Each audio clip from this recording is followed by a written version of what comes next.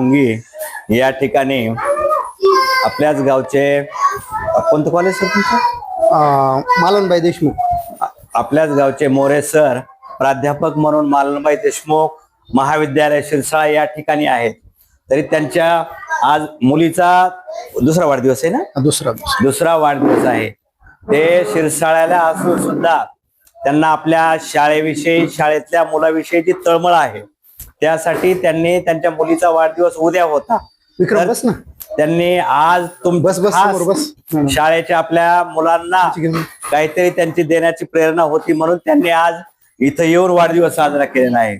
आणि त्यांच्या मुलीच्या हातानं सर्व आपल्या मुला मुलींना वही, पेन, चॉकलेट हे भेट दिलेली आहे. आणि त्यांची अशी इच्छा आहे की गावची शाळा ही चांगली झाली पाहिजे. यासाठी त्यांचं सर्वतोपरी आपल्याला सहकार्य राहणार आहे. आणि आम्ही सुद्धा दोघ जण या शाळेमध्ये नवीन आलेलो आहोत. ते तुमच्या संपूर्ण अपेक्षा आम्ही पूर्ण करण्याचा प्रयत्न करू.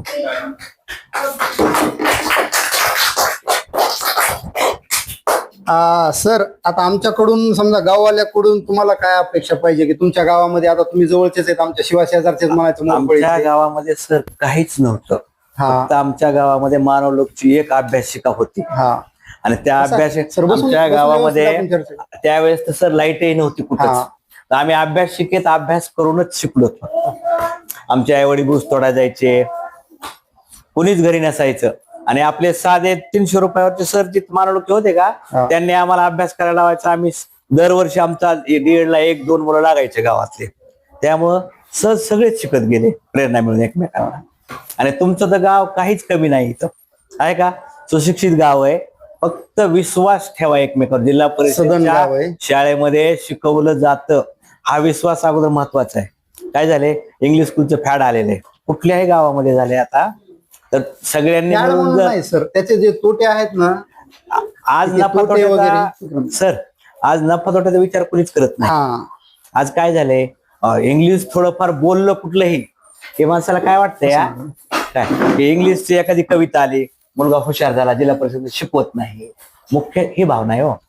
आता इंग्लिश स्कूलचं कसं आहे सर, एक माझ्या म्हणण्यानुसार मी ऑब्झर्व केलं की मी अंबाजोगाईहून 50 किलोमीटर येणं जाणं केलं सुरुवातीला माझ्या कॉलेजला शिरसाळ्याला. काही नसताना रिकामा 2 व्हीलरवर येणं जाणं केलं तर माझ्या स्पाईनचा प्रॉब्लेम चालू झाला. आज LKG, UKG, सिनियर KG वगैरे वगैरे हे जे काही लावलंय ना पैसा कमवण्यासाठी, हे LKG UKG काही नाही. आज फक्त शेजाऱ्यानं घातलं म्हणून यानं घातलं. पण त्याचे तोटे जे आहेत ते मी सांगतो सर. आज जर विद्यार्थी बघितलं तर 10 ते 15 किलोचं वजन घेऊन जातो. पहिलीच्या विद्यार्थ्याला 15 किलोचं वजन, त्याचं वजन असतंय किती, बरोबर आहे. आज त्याचं वजन त्याचं 15 किलो आणि त्याच्या पाठीवर 15 किलोचं वजन. आणि इंग्लिश स्कूल कोणतंही 15 ते 20 किलोमीटरच्या आत नाही. मग 15 ते 20 किलोमीटरच्या आत नाही, पण ते डायरेक्टही जात नाही तर डायरेक्टही येत नाहीत विद्यार्थी. आज LKG, UKG किंवा senior KG, first class, second class जे वगैरे वगैरे लावलेत, तो विद्यार्थी उठतो 5:30-6 वाजता सकाळी. आणि 5:30-6 वाजता उठलेला झोपीतून लेकरू उठवायचं, त्याचा झोपीतच ब्रश करायचा, त्या झोपीतच आंघोळ चालू आहे आजकाल. इंग्लिश स्कूलचं फॅड आहे. त्याला झोपीतच उचलायचं, गाडीत टाकायचं. त्याला काय होईल काय नाही, ज्यावेळेस जाणार 50 ते 60 किलोमीटर गाडी फिरत राहते.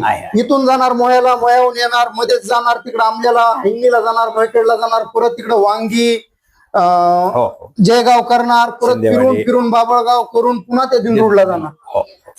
मग एवढं फिरत असताना बरं येताना अशीच येते साठी सोडत मग ते 15 किलोचं वजन आज लेकरायला तुम्ही 10 ते 12 वर्ष मी माझ्या मुलीला सर जिल्हा परिषदला टाकणार. जर आली तर ठीक, नाही जरी आली ना 10-12 वर्ष, आम्ही दोघ जण सुशिक्षित आहेत ना, आम्ही दोघ जण तिला सक्षम करणार आहे. ती स्वतः माझी बायको IT इंजिनियर आहे, आज पुण्याला जॉब करते. मी फिजिक्स शिकवतो ज्युनियरला सायन्स.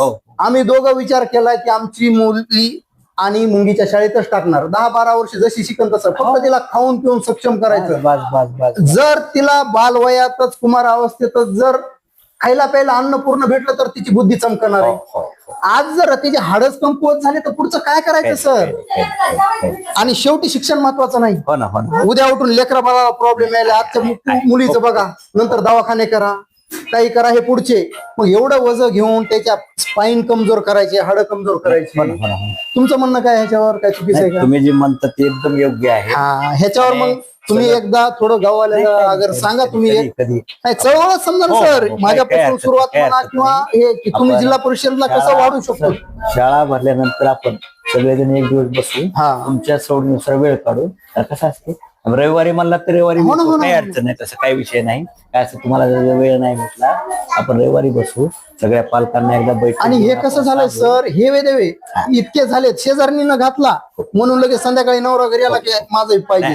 मग तिकडं ऊस तोडायला जा किंवा 2 एकर शेती 3 एकर शेती. मला म्हणायचं नाही की गरीब बैत म्हणून घालून ये. पण तुम्ही आज 10 वर्षाखाली 5,000 रुपये फीस होती सर, आज 50,000 रुपये फीस आहे, रॅन्डमली 50,000 रुपये. अरे आणखीन 10 वर्षानं 5 लाख फीस भरणार आहेत का तुम्ही?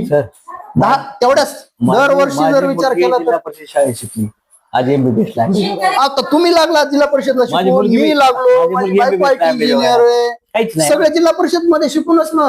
आज इंग्लिश स्कूल मध्ये शिकून काय करणार आहेत आपण? नंतर 11वी 12वीला आमच्याकडे CBSE चे कॉलेजेस आहेत का आपल्याकडे? इंग्लिश मीडियम टाकलाय, पुन्हा आमच्याकडेच येईल 11वी 12वीला. मग 10वी पर्यंत खर्च करून काय करा? आणखीन 10 वर्षांनी विचार करा, तुम्ही 5 लाख रुपये फीस भरायला सक्षम आहात का? बरं 5 लाख रुपये भरली बी, तुमचा आयुष्य आहे ना, लेकरासाठी सगळं करायचं. लेकर कोणत्या सांभाळायला लागले? इंग्लिश स्कूलला संस्कार आहेत का?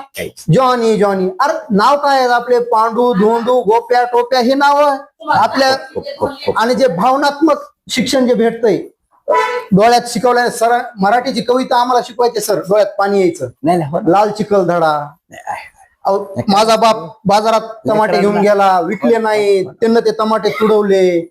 त्यावेळेस मग परत येताना बापाला पैसे नाहीत, कसं कसं करावं लागलं. ह्या भावना लेकराला जॉनी जॉनी शिकल्यानं नाही होत नाही. अगर काऊ काऊ बफेलो, अरे काय घरी आल्यावर सगळ्याच मायबापाचं आहे का? आता मुंगीमध्ये कोणाला इंग्लिश येते मायबापाला? आमच्यासारखे सुशिक्षित जर सोडले, पण तरी आमची तयारी नाही. आणि इथून पुढं मी होईल तेवढा प्रयत्न ह्याच्यासाठीच देणार आहे. एक तर आर्थिक नुकसान आहे. आज बघायला रुपया रुपया कमवायला किती झगडावं लागायला, स्पर्धेचं युग झालंय. आणि ज्यावेळेस स्पर्धेत घालायचं विद्यार्थ्याला त्यावेळेस पालक कमी पडायला. मग पोरग काय करते, झालं शिक्षण. हा, मग ह्या गोष्टी व्हायला लागल्या. काय म्हणते, शिकत नाही, लय शिकवलं त्याला म्हणते. हा, तुम्ही घाला, जिल्हा परिषद व्यतिरिक्त घाला, तुम्ही स्पोर्ट्स स्कूल मध्ये घाला, म्युझिक स्कूल मध्ये घाला. आज बाहेरच्या देशात कॉम्पिटिशन कुठं चाललंय विचार करा ना.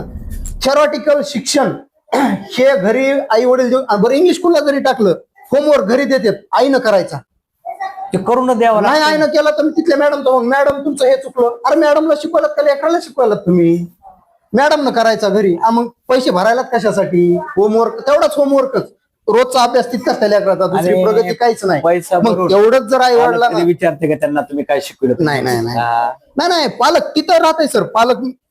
पालक मिटिंगला राहतो, सगळ्या मिटिंगला का त्यांना पैसे दिलेले असतील. तुम्ही जिल्हा परिषदेमध्ये येऊन बघा ना काय चाललंय, सरांना मदत करा या गोष्टीत. सगळ्यांनी काय करायचे, शाळेला जर गावाला मदत केली तर फायदा होईल शाळेसाठी सगळ्याचा. हे माझं पिल्लू जिल्हा परिषद मध्ये शिकणार. बवड्या गॅप घालायचा घार. कुणाचीस तू? पहिला प्रवेश करायचा. होय, अमोल मोले म्हणती 2च वर्ष. अमोल मोले कुणाची बाई तू? कुणाची? अमोल? तुमच्यासारख्या माणसाला नाही